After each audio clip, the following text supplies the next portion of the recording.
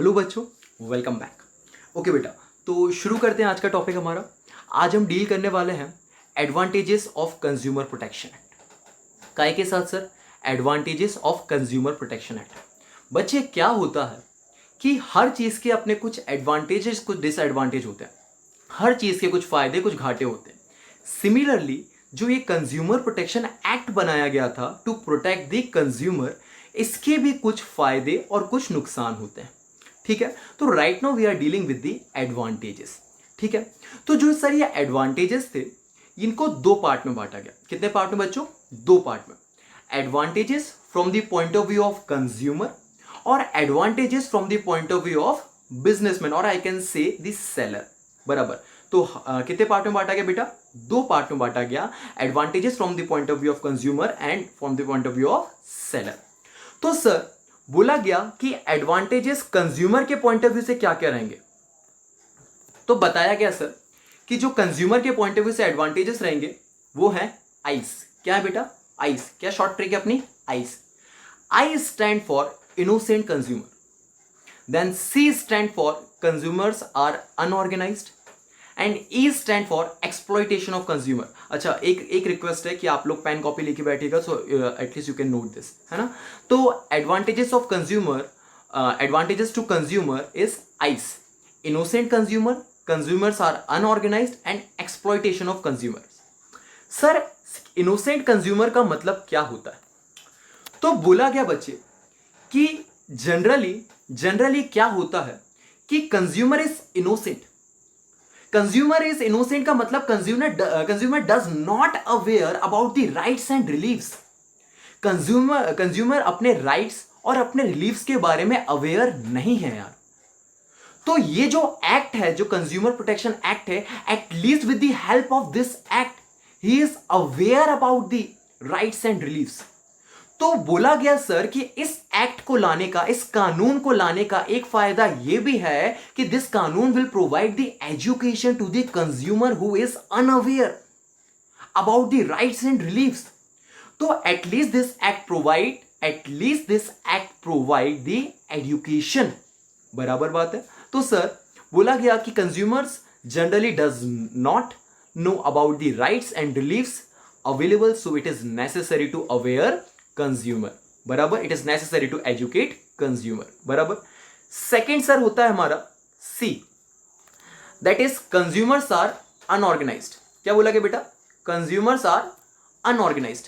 Sir इसका मतलब क्या होता है?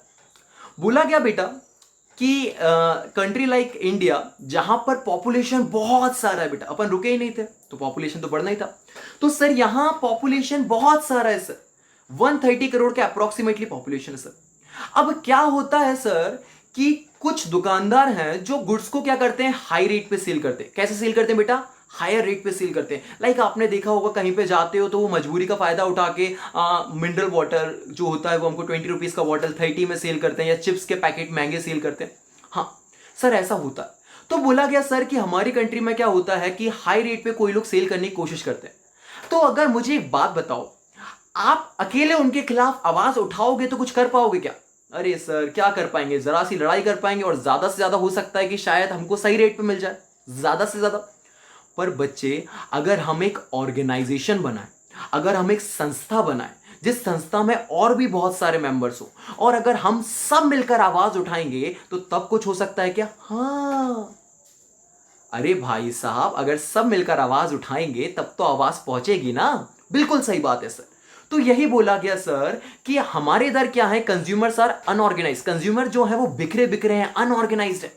तो with the help of consumer protection act हम क्या कर सकते हैं? At least we can make some kind of organisations और then we can raise our voices. तब उसके बाद हम अपनी आवाज उठा सकते हैं, अपनी आवाज को उठा सकते हैं। तो यही बोला गया सर कि consumer need to be organised. Consumer को जरूरत है ऑर्गेनाइज होने की, in the form of consumer organisation to take care of their interest, ताकि वो अपने इंटरेस्ट का ध्यान रख सके। बराबर बात है। फिर बोला गया sir in India consumer organisation are working to protect and promote the interest of consumer. अपने देश में कुछ संस्थाएं बन चुकी हैं ऑलरेडी जो इस मुद्दे पे काम कर रही हैं to protect and promote the interest of consumer. बराबर है बेटा, एकदम बराबर सर। इसके बाद आता है सर आइस का ई, लास्ट, एक्सप्लॉइटेशन ऑफ कंज्यूमर। क्या बोला बेटा? Exploitation of consumer. एक्सप्लॉइटेशन का मतलब होता है बेटा लूट मारी मचाना, लूटना किसी को गलत तरीके से, चीट करना, उसका चीटिंग करना। तो बोला गया consumer are exploited by, consumer are cheated by unfair practices, false practices, misleading advertisement, hoarding, black marketing. बोला गया कि कंज्यूमर के साथ लोग चीट करते हैं तरह तरह से। लाइक बेटा कैसे चीट कर सकते हैं? बोला जैसे कि बेटा कुछ नहीं कि दूध वाला होता है तो दूध में पानी ज्यादा मिला देता है, वो एक ऐड चलता रहता है हमेशा, 7 दिन में घोरे हो जाओगे, ये हो जाएगा, फलाना ठिकाना हो जाएगा। तो इन तरीके की चीजों से आपके साथ चीट हो सकता है। तो बोला गया कि ये जो एक्ट है मदद करता है कंज्यूमर को। क्यों? क्योंकि सामने वाला भी डरेगा कि बॉस उसके खिलाफ कानूनी कार्रवाई की जा सकती है। तो यही बोला गया कि this act will help you, this act will help the consumers. So at least कि जो सामने वाला है वो अनफेयर ट्रेड प्रैक्टिसेस या फॉल्स प्रैक्टिसेस या मिसलीड करने से या होर्डिंग गलत लगाने से या ब्लैक मार्केटिंग करने से थोड़ा बहुत डरेगा। बराबर बात है। तो यही बोला गया कि consumers are exploited by unfair, false, misleading advertisement, hoarding, black marketing etcetera etcetera etcetera. तो consumers need protection against some malpractices, गंदी practices, against such malpractices. तो this act will provide the protection to the consumer. तो ultimately I can say that कि अगर सामने से बारिश हो रही है बेटा तो this act will work like umbrella for us. ये एक्ट हमारे लिए छाते का काम करने वाला है कि अगर कोई भी सेलर, अगर कोई भी बिजनेसमैन आपको लूटने वाला है तो this act will help you against this seller to protect yourself. बराबर, थैंक यू। ठीक है, अगले वीडियो में अपन मिलते हैं और अपन बात करेंगे एडवांटेजेस ऑफ बिजनेसमैन और advantages of seller. Thank you so much.